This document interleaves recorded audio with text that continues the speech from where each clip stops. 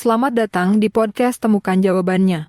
Saya, Edukatnesia Channel, akan menemani Anda selama 1 jam ke depan untuk membahas salah satu fenomena paling umum namun kompleks dalam kehidupan manusia, kemalasan.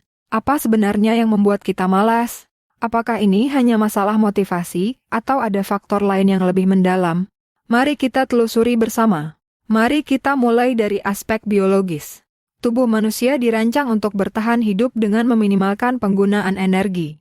Di masa lampau, nenek moyang kita perlu menghemat energi untuk bertahan hidup di lingkungan yang keras dan tidak dapat diprediksi.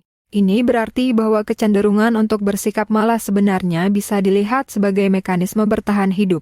Penelitian menunjukkan bahwa otak kita cenderung memilih jalur yang paling efisien untuk menyelesaikan tugas. Saat kita merasa malas, otak mungkin sedang mencoba untuk menghemat energi. Namun, di dunia modern, di mana kebanyakan dari kita tidak menghadapi ancaman fisik yang sama, mekanisme ini seringkali justru menjadi penghambat produktivitas. Otak kita memiliki 2 mode utama, mode kerja keras dan mode hemat energi. Ketika kita dihadapkan pada tugas yang menantang, otak cenderung beralih ke mode hemat energi untuk mengurangi stres kognitif. Ini sebabnya kita sering kali merasa malas ketika harus menyelesaikan tugas yang membutuhkan banyak pemikiran. Selain faktor biologis, ada juga faktor psikologis yang berperan. Salah satu penyebab utama kemalasan adalah kurangnya motivasi.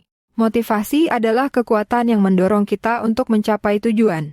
Jika kita tidak memiliki tujuan yang jelas atau tidak merasa termotivasi oleh tujuan tersebut, kita cenderung menjadi malas. Motivasi bisa dibagi menjadi 2 jenis, intrinsik dan ekstrinsik. Motivasi intrinsik berasal dari dalam diri kita, seperti kepuasan pribadi atau minat terhadap suatu kegiatan. Sedangkan motivasi ekstrinsik berasal dari luar, seperti imbalan atau pujian. Keduanya penting, namun motivasi intrinsik cenderung lebih kuat dan bertahan lama. Stres dan kecemasan juga bisa berkontribusi pada kemalasan. Ketika kita merasa kewalahan oleh tanggung jawab atau merasa tidak mampu mengatasi tugas-tugas tertentu, kita mungkin memilih untuk menghindarinya sama sekali. Ini adalah mekanisme pertahanan psikologis yang membuat kita merasa lebih nyaman dalam jangka pendek, meskipun pada akhirnya bisa merugikan. Ada hubungan erat antara perasaan malas dan tingkat stres. Saat kita merasa tertekan, otak kita cenderung mencari cara untuk menghindari situasi yang menyebabkan stres tersebut, dan kemalasan bisa menjadi salah satu cara yang dipilih otak kita. Lingkungan kita juga memainkan peran penting dalam menentukan tingkat kemalasan kita. Misalnya, lingkungan kerja yang tidak mendukung, seperti ruang yang berantakan atau rekan kerja yang tidak mendukung, dapat membuat kita merasa kurang termotivasi untuk bekerja. Begitu juga dengan lingkungan rumah yang tidak kondusif untuk fokus dan produktivitas. Teknologi modern, seperti media sosial dan hiburan digital, juga dapat menjadi gangguan besar. Dengan begitu banyak distraksi yang tersedia di ujung jari kita, mudah untuk terjebak dalam siklus kemalasan di mana kita menghabiskan waktu berjam-jam menonton video atau scrolling media sosial tanpa tujuan yang jelas. Lingkungan yang terstruktur dan tertata rapi dapat meningkatkan produktivitas dan mengurangi rasa malas.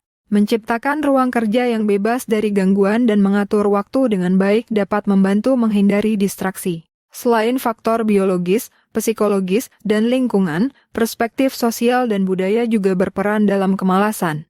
Di banyak budaya, kemalasan dianggap sebagai kelemahan atau sifat negatif. Namun, penting untuk memahami bahwa setiap orang memiliki ritme kerja yang berbeda dan apa yang mungkin tampak seperti kemalasan bagi satu orang bisa jadi adalah cara orang lain menjaga keseimbangan hidupnya. Di beberapa masyarakat, tekanan untuk selalu produktif dan sibuk bisa menyebabkan burnout. Ini bisa membuat seseorang tampak malas ketika mereka sebenarnya hanya membutuhkan waktu untuk istirahat dan memulihkan diri. Pemahaman kita tentang kemalasan sangat dipengaruhi oleh nilai-nilai budaya dan sosial yang kita anut. Mari kita bahas beberapa strategi yang bisa membantu kita mengatasi kemalasan. 1. Menetapkan tujuan yang jelas, tentukan tujuan yang spesifik, terukur, dan realistis. Memiliki visi yang jelas tentang apa yang ingin dicapai dapat memberikan motivasi tambahan. 2. Mengelola waktu dengan baik. Buat jadwal harian atau to-do list untuk membantu mengatur waktu dan menghindari prokrastinasi. Cobalah metode seperti Pomodoro Teknik, di mana Anda bekerja selama 25 menit dan kemudian beristirahat selama 5 menit. 3. Menciptakan lingkungan yang mendukung, pastikan lingkungan kerja atau belajar Anda kondusif untuk fokus dan produktivitas. Kurangi gangguan sebanyak mungkin. Misalnya, Anda bisa menggunakan aplikasi pemblokir situs untuk menghindari godaan media sosial saat bekerja. 4. Beristirahat dengan cukup, pastikan Anda mendapatkan istirahat yang cukup dan menjaga kesehatan mental. Stres dan kelelahan bisa menjadi pemicu utama kemalasan. Tidur yang cukup, olahraga, dan meditasi bisa membantu menjaga energi dan fokus. 5.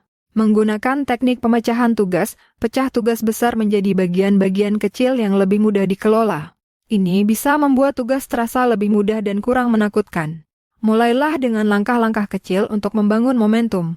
6. Motivasi diri dengan reward, berikan diri Anda hadiah kecil setelah menyelesaikan tugas tertentu. Ini bisa meningkatkan motivasi dan membuat proses bekerja lebih menyenangkan. Kita telah membahas banyak hal hari ini, dari faktor biologis dan psikologis hingga pengaruh lingkungan dan budaya. Kemalasan bukanlah hal yang sederhana dan bisa disebabkan oleh berbagai faktor. Yang penting adalah kita memahami penyebabnya dan menemukan cara yang paling cocok untuk diri kita sendiri dalam mengatasinya. Beberapa tips terakhir yang bisa Anda coba adalah: 1. Kenali penyebabnya, sadari apa yang membuat Anda malas. Apakah itu kelelahan, kurangnya motivasi, atau distraksi? 2. Ambil langkah kecil, mulailah dengan langkah-langkah kecil dan tingkatkan secara bertahap. 3. Jangan terlalu keras pada diri sendiri, ingatlah bahwa istirahat dan relaksasi juga penting. Jangan merasa bersalah jika Anda membutuhkan waktu untuk diri sendiri. Terima kasih telah mendengarkan podcast Temukan Jawabannya. Saya berharap Anda mendapatkan wawasan dan inspirasi dari episode hari ini. Sampai jumpa di episode berikutnya.